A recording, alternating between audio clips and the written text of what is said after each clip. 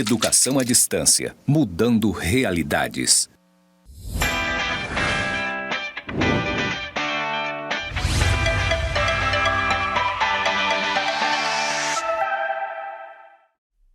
Olá, saudações. Me chamo Carlos Felipe, sou professor de Economia aqui no IFRO, Campus Porto Velho, Zona Norte. Trabalho a disciplina Economia e Mercado do curso de Tecnólogo em Gestão Comercial. Estou aqui no estúdio de gravação do Campus Zona Norte. Ao fundo temos uma parede branca, ao lado outra parede com os dizeres EAD, Educação à Distância, Mudando Realidades. E agora farei minha audiodescrição. Sou moreno, de estatura mediana, cabelos pretos, barba também preta.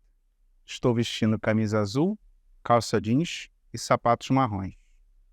Vamos agora à nossa quinta aula, onde aprenderemos como a economia funciona. Como o fluxo da economia, como funciona a dinâmica do sistema de produção dentro da ciência econômica, dentro da sociedade. Vamos à nossa aula. A aula 5 tem como conteúdo, ainda dentro dos 10 princípios de economia.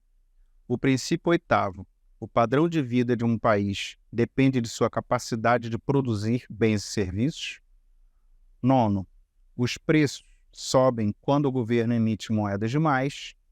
E 10º e último, a sociedade enfrenta um trade-off de curto prazo entre inflação e desemprego.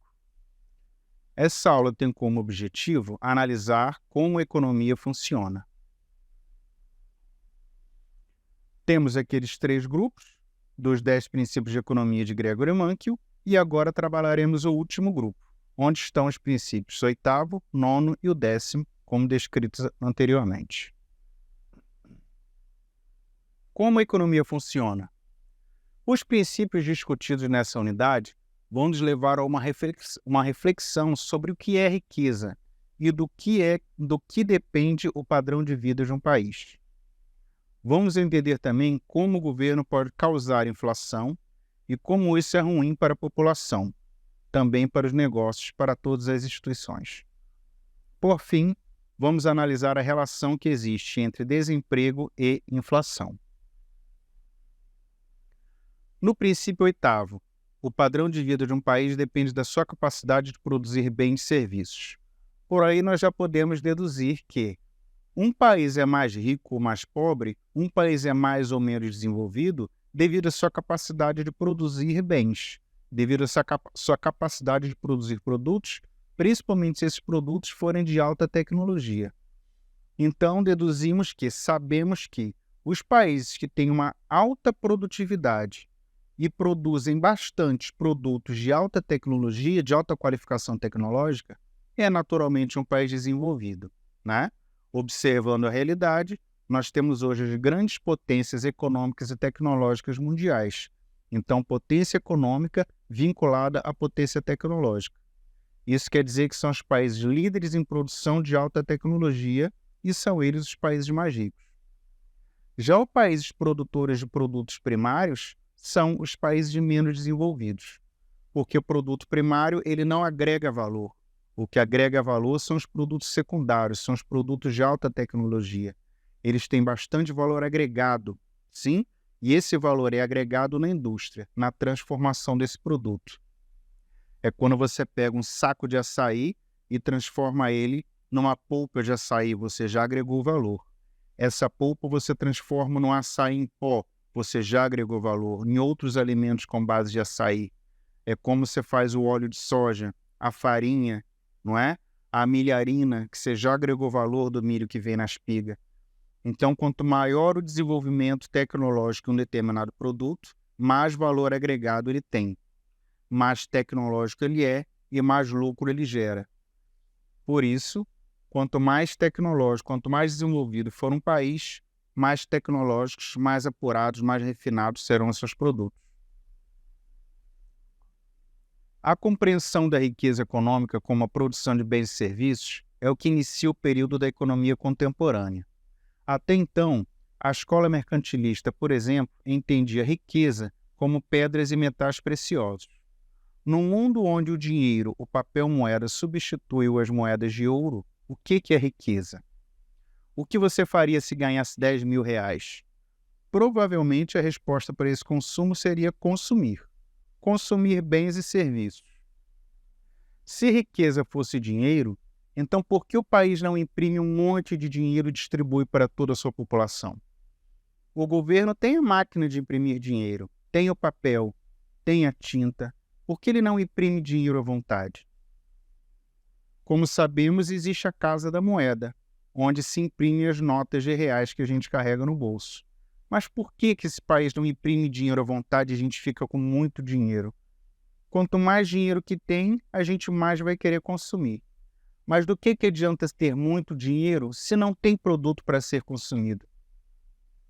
Pensa você chegar no supermercado e todas as prateleiras estiverem vazias. Você vai fazer o que com aquele dinheiro? Por que elas estão vazias? Porque o governo emitiu muito dinheiro, mas não cuidou de produzir muitos produtos. Tem que ser um caminho, tem que ser junto, tem que ser um caminho compartilhado. Você tem que emitir dinheiro, você tem que aumentar o poder de compra da população, sim, mas ao mesmo tempo você tem que produzir produtos para ser consumido por essa população.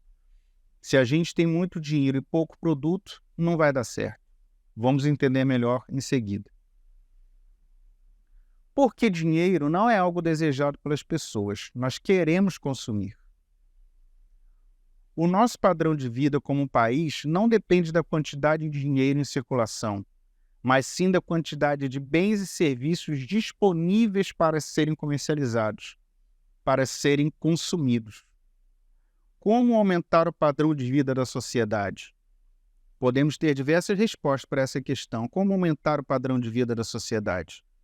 Para aumentar seu padrão de vida, nós precisamos de indústrias que gerem muitos empregos, dos empregos de baixa qualificação média até os empregos de alta qualificação, que gerem muitos salários, baixos, médios e altos, de acordo com a qualificação do trabalhador.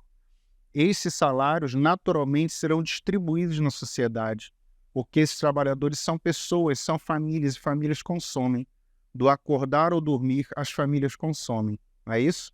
No ato de ir para a escola, de ir para o trabalho, de voltar para casa durante o dia, você está sempre consumindo alguma coisa, sempre consumindo bem um serviço. Então, a geração de empregos qualificados, que automaticamente gerarão salários, ganhos, rendimentos melhores, esses rendimentos, essa renda será distribuída na sociedade com o consumo do dia a dia. E esse consumo do dia a dia vai fazer a produção de cada vez mais produtos, a geração de cada vez mais emprego. E dessa forma, sim, temos prosperidade, temos desenvolvimento. Então, para você aumentar a sua produtividade, como aumentar o padrão de vida da sociedade? Produtividade mais tecnologia.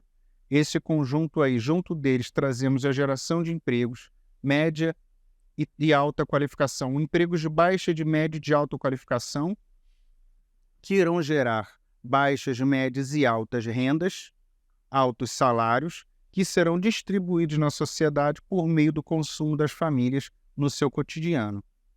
Esse casamento, essa integração, industrialização, vagas de trabalho, geração de emprego, geração de renda, distribuição de renda, é justamente o que aquece a economia e aumenta a produção, a produtividade e, por conseguinte, o padrão de vida da sociedade. Nós temos um problema grave de produtividade nesse país. A última pesquisa feita em 2019 mostrou que a nossa produtividade está estagnada, está parada. Mostra que em 2019 o trabalhador brasileiro produziu o mesmo do que produzia em 1980. Olha só que é muito chocante, né? Basicamente, que se produziu em 1980 é a nossa produtividade hoje, em 2019. A produtividade do país aumenta por meio do progresso tecnológico, que acontece tanto quando os trabalhadores se qualificam profissionalmente, mas também quando as ferramentas e os métodos de trabalhar evoluem tecnologicamente, como, por exemplo, as máquinas e equipamentos melhores ou com métodos como a linha de produção fordista, entre outros. No princípio 9, os preços sobem quando os governos emitem moedas demais. E aí vamos voltar para aquela nossa discussão de que vale emitir muita moeda se não tem o que ser consumido. De que vale você ter um aumento na sua renda de 10% ou você pegar teu 13º e sair nas lojas de eletrodomésticos para comprar um ar-condicionado, para comprar um ventilador, para comprar uma airfryer. E aí você chega nas lojas e não tem nada.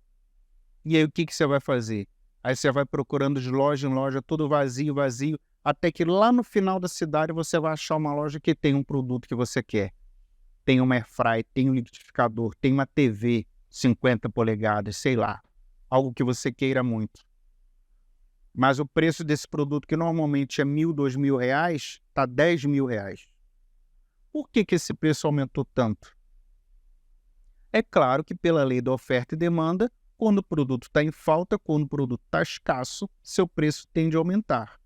Se tem muitas pessoas querendo 1 quilo de tomate, ou 1 quilo de cebola, ou 1 quilo de laranja, quanto mais pessoas desejam essa laranja e menos laranja tem na feira, automaticamente o seu preço vai aumentar. Esse é o movimento que a economia naturalmente, organicamente traz. Essa dinâmica, esse fluxo. Quanto maior a procura e menor a oferta, os preços aumentam. Vamos compreender melhor. Moeda não é riqueza. Na teoria ortodoxa, o único papel da moeda é facilitar as trocas entre as pessoas. Você, por exemplo, pode trabalhar no emprego, receber salário e, com esse salário, pagar por sua moradia, seu alimento, seu transporte, entre outras coisas. Você paga o que consome com o seu trabalho. A moeda só ajuda na transação, na hora do troco. Cabe ao governo imprimir moeda. Dizemos que o governo tem um monopólio da emissão de papel moeda, e é justamente realizado pela Casa da Moeda. Quem define a emissão de papel moeda é o Banco Central, por meio de seu Comitê de Política Monetária. Para o mercado funcionar bem, a moeda tem que existir à medida que existem bens e serviços. Se a produção de bens e serviços aumenta, a quantidade de moedas tem que aumentar. Então tem que ser um movimento conjunto. Você tem um aumento da quantidade de moeda em circulação, um aumento no nível de emprego, um aumento nos salários, um 13º, você tem um aumento da quantidade de dinheiro disponível para consumo na sociedade, você automaticamente tem que acompanhar com o aumento da produção dos produtos.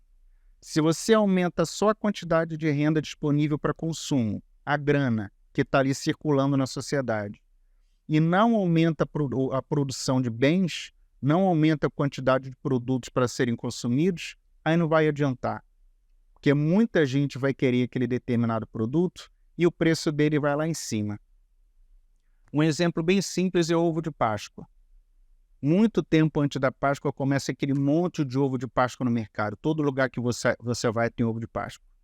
Vamos dizer que o ovo de Páscoa esteja R$30, R$50. Aí você desiste ou esquece de comprar.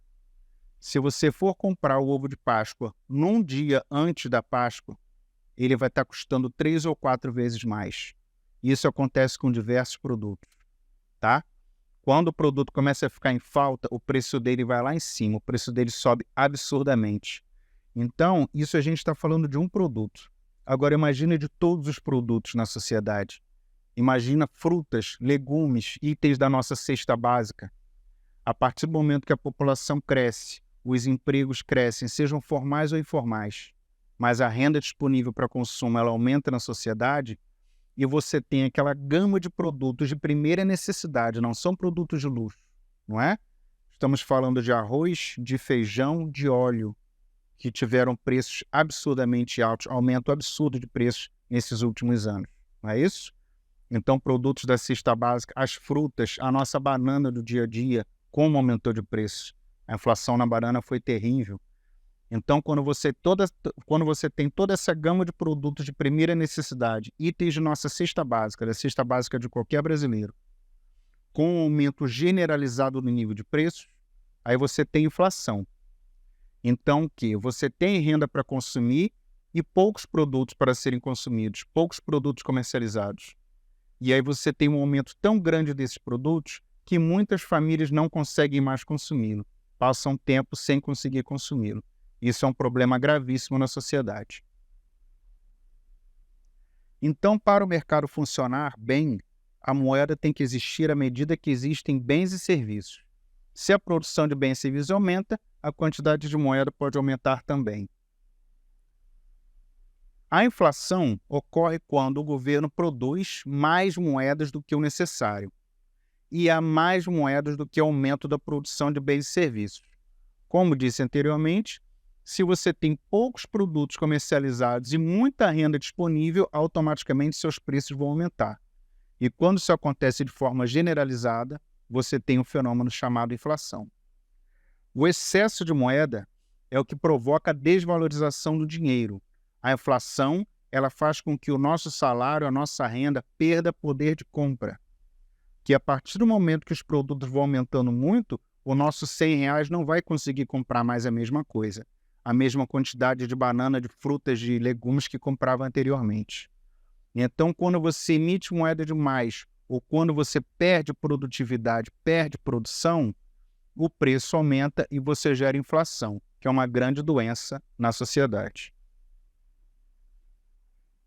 Emitir moeda demais gera inflação. A inflação é um aumento geral e contínuo do nível de preços. Ela desestabiliza o planejamento das empresas e empobrece as famílias. Cabe ao governo controlar a inflação para melhorar a desigualdade social e a possibilidade de crescimento econômico. No princípio 10º, a sociedade enfrenta um trade-off de curto prazo entre inflação e desemprego. Vimos no princípio 9 que a inflação empobrece ainda mais os pobres e atrapalha o planejamento das empresas, comprometendo assim o crescimento econômico. Se a inflação é tão ruim, então por que tantos governos adotam uma política inflacionária? Porque eles agem de forma populista, uma vez que no curto prazo a inflação reduz o desemprego. O aumento da moeda em circulação confunde as pessoas. Elas não conseguem identificar rapidamente se está havendo um aumento da produção de bens e serviços ou se é somente a moeda que está aumentando. Chega a moeda e vem com ela o desejo de consumo. Isso aquece o mercado. O mercado aquecido gera contratações. No entanto, esse movimento não se sustenta por muitos meses. Quando o mercado sente que mais pessoas estão buscando consumir, mas não existe o produto disponível para consumo, para entregar às pessoas, ocorre uma correção do preço, ou seja, o preço sobe. E isso acontecendo de maneira generalizada é o tal do fenômeno chamado inflação. Ela agrada aos governos no curto prazo por dois motivos. Porque ela tanto reduz o desemprego quanto aumenta relativamente a arrecadação do Estado, por meio do que chamamos de tributo inflacionário. Então temos aí os efeitos da inflação no longo prazo. Instabilidade econômica, posteriormente insegurança para investir, baixos investimentos, consequentemente, menos postos de trabalho e aumento no desemprego. No longo prazo, o efeito positivo da inflação sobre o desenvolvimento vai diminuindo até não haver mais efeito nenhum. A inflação gera instabilidade macroeconômica, que gera insegurança para investir, que culmina em baixos investimentos, baixo número de empregos gerados e assim por diante, o que culmina na baixa produtividade do país e na impossibilidade desse país obter desenvolvimento e prosperidade. Assim, findamos nossa aula. Aqui estão nossas referências, todas disponíveis na minha biblioteca. Mais estas referências e bons estudos. Sucesso na disciplina. Até a próxima aula e tudo de bom.